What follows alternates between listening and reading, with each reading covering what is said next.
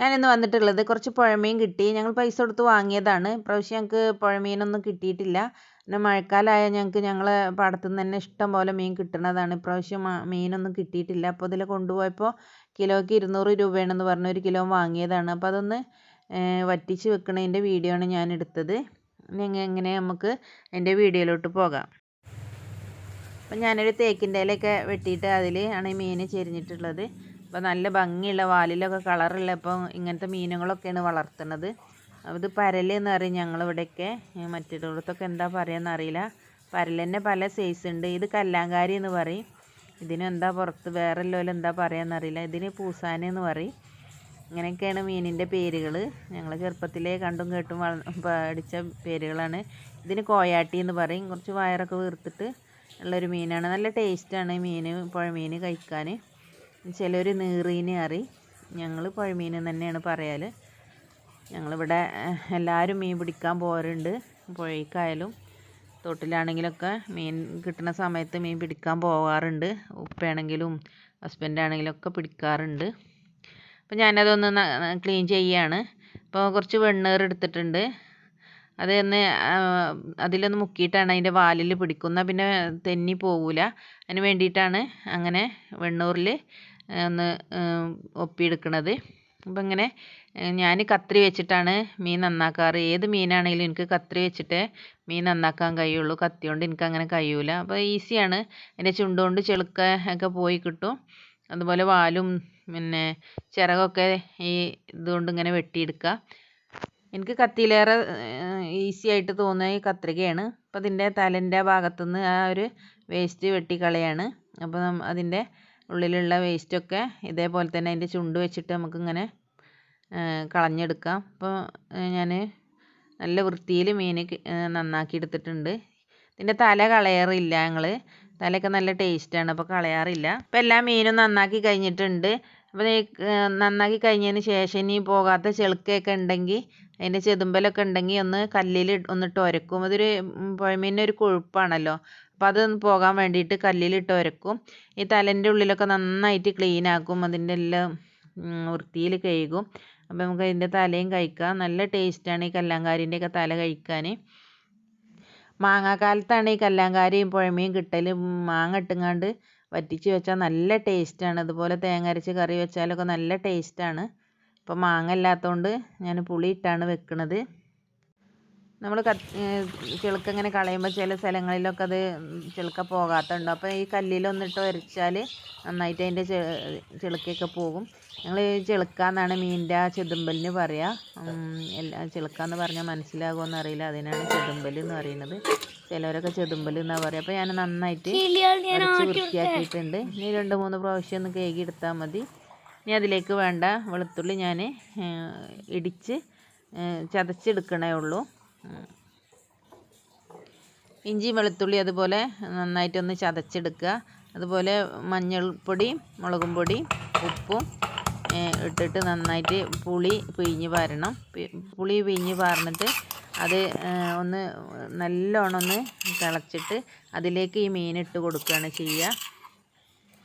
നമ്മൾ വെള്ളം വെക്കുമ്പോൾ തന്നെ മീനിട്ട് വെച്ചാൽ ഈ പുഴമീൻ പെട്ടെന്ന് ഉടഞ്ഞു പോകും. അപ്പോൾ ഒന്ന് മീൻ അതിൻ്റെ അരപ്പൊക്കെ ഒന്ന് തിളച്ചിട്ടതിന് ശേഷമാണ് ഈ മീൻ ഇട്ട് കൊടുക്കാൻ പറ്റുള്ളൂ. അപ്പോൾ ഞാൻ വെളുത്തുള്ളി ഇഞ്ചിയൊക്കെ ചതച്ചത് ഒരു പാത്രത്തിലേക്ക് ഇട്ട് കൊടുക്കുന്നുണ്ട്.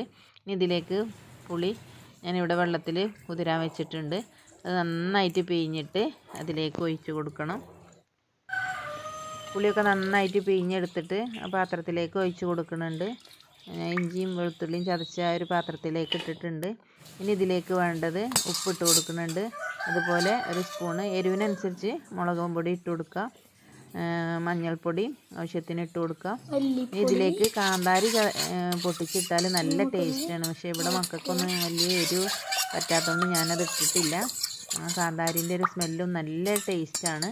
അപ്പോൾ ഞാനിവിടെ മുളകും പൊടി, മഞ്ഞൾപ്പൊടി, ഉപ്പും ഇഞ്ചിയും വെളുത്തുള്ളി മാത്രമേ ഇട്ടിട്ടുള്ളൂ. ഇനി ഈ അരപ്പ് നമുക്കൊന്ന് തിളപ്പിച്ചെടുക്കാം. അപ്പോൾ ഞാൻ മീൻ ഇവിടെ വെട്ടി കഴുകി വൃത്തിയാക്കി വെച്ചിട്ടുണ്ട്. കുറച്ച് ഞാൻ പൊരിക്കാൻ വേണ്ടിയിട്ട് വേറെ വരിഞ്ഞ് മാറ്റി വെച്ചിട്ടുണ്ട്. കുറച്ച് ഞാൻ വറ്റിച്ചെടുക്കണുള്ളൂ. അപ്പോൾ ഇത് നന്നാക്കിയപ്പോൾ ഇതിൻ്റെ ഉള്ളിലുള്ള മുട്ടകൾ കിട്ടിയിട്ടുണ്ട്. ഞങ്ങളിവിടെ പഞ്ഞി എന്നാണ് പറയുക. ഇത് കല്ലാങ്കാരിൻ്റെ ഉള്ളത്തെ പഞ്ഞി മാത്രമാണ്. അത് പൊരിച്ചാൽ നല്ല ടേസ്റ്റാണ്. അപ്പോൾ നമ്മുടെ മസാലയൊക്കെ ഇവിടെ റെഡി ആയിട്ടുണ്ട്. നന്നായിട്ട് തിളച്ച് വന്നിട്ടുണ്ട്. അത് വെന്തതിന് ശേഷമാണ് നമ്മൾ മീനിട്ട് കൊടുക്കുക. അരപ്പൊന്ന് തിളച്ചതിന് ശേഷം അപ്പോൾ മീനെല്ലാം ഇതിലേക്ക് ഇട്ട് കൊടുക്കുക. ഒരുപാട് വെള്ളം വെക്കരുത്, കാരണം ഈ പുഴമീൻ പെട്ടെന്ന് ഉടയും. അപ്പോൾ ഒരുപാട് വേഗിൻ്റെ ആവശ്യമില്ല, നിങ്ങൾ ആവശ്യത്തിന് വെള്ളം വെക്കാൻ പാടുള്ളൂ. എന്നിട്ട് നമ്മൾ ഒന്നിങ്ങനെ ചുറ്റിച്ച് കൊടുക്കണം, ഒന്ന് തിളച്ച് വരുമ്പോൾ. അല്ലാതെ പിന്നെ സ്പൂണൊന്നും ഇട്ടുങ്ങാണ്ട് ഇളക്കി കൊടുക്കരുത്, ഉടഞ്ഞു പോകും. ഈ പുഴമീനിന് ഒരുപാട് വേഗമൊന്നുമില്ല, നമ്മൾ സാധാരണ പച്ചമീൻ വെക്കണ അത്രയൊന്നും വേഗില്ല. അപ്പോൾ ഇത് ഞാൻ എല്ലാ മീനും അതിലേക്ക് ഇട്ട് കൊടുത്തിട്ടുണ്ട്. അപ്പോൾ അതാ അതിൻ്റെ വെള്ളമൊക്കെ പാകമാണ്. ഇനി നന്നായിട്ട് തിളച്ച് വരട്ടെ, ഒന്ന് മൂടി വെക്കാം. അരപ്പ് തിളക്കാനും മീനിട്ടിട്ട് വേവിക്കാനൊക്കെ ഒരു 10 മിനിറ്റ് മതി.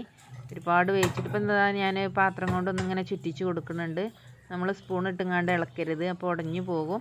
അപ്പോൾ പാത്രം കൊണ്ടൊന്നിങ്ങനെ ചുറ്റിച്ചെടുക്കുന്നുണ്ട്. ഒന്നും കൂടി വറ്റി വരാണ്ട് നമ്മൾ അടുപ്പത്ത് വെച്ച് ഇടയ്ക്കൊന്ന് ഇങ്ങനെ ഒന്ന് ചുറ്റിച്ച് കൊടുക്കണം. അപ്പോൾ ഇതാ വെള്ളമൊക്കെ വറ്റി പുളിയൊക്കെ നന്നായിട്ട് മീനിൽ പിടിച്ചിട്ടുണ്ട്. ഇനി ഇതിൻ്റെ മുകളിലേക്ക് നമ്മൾ കുറച്ച് കറിവേപ്പും അല്പം വെളിച്ചെണ്ണ ഉറ്റിച്ച് കൊടുത്തിട്ട് ഒന്ന് തീ ഓഫാക്കിയിട്ട് ഒന്നാണ് മൂടി വെക്കുക. അപ്പോൾ ആ വെളിച്ചെണ്ണൻ്റെയും ആ ഒരു കറിവേപ്പിൻ്റെ ഒക്കെ സ്മെല്ല് അതിൽ നന്നായിട്ടാണ് പിടിക്കും.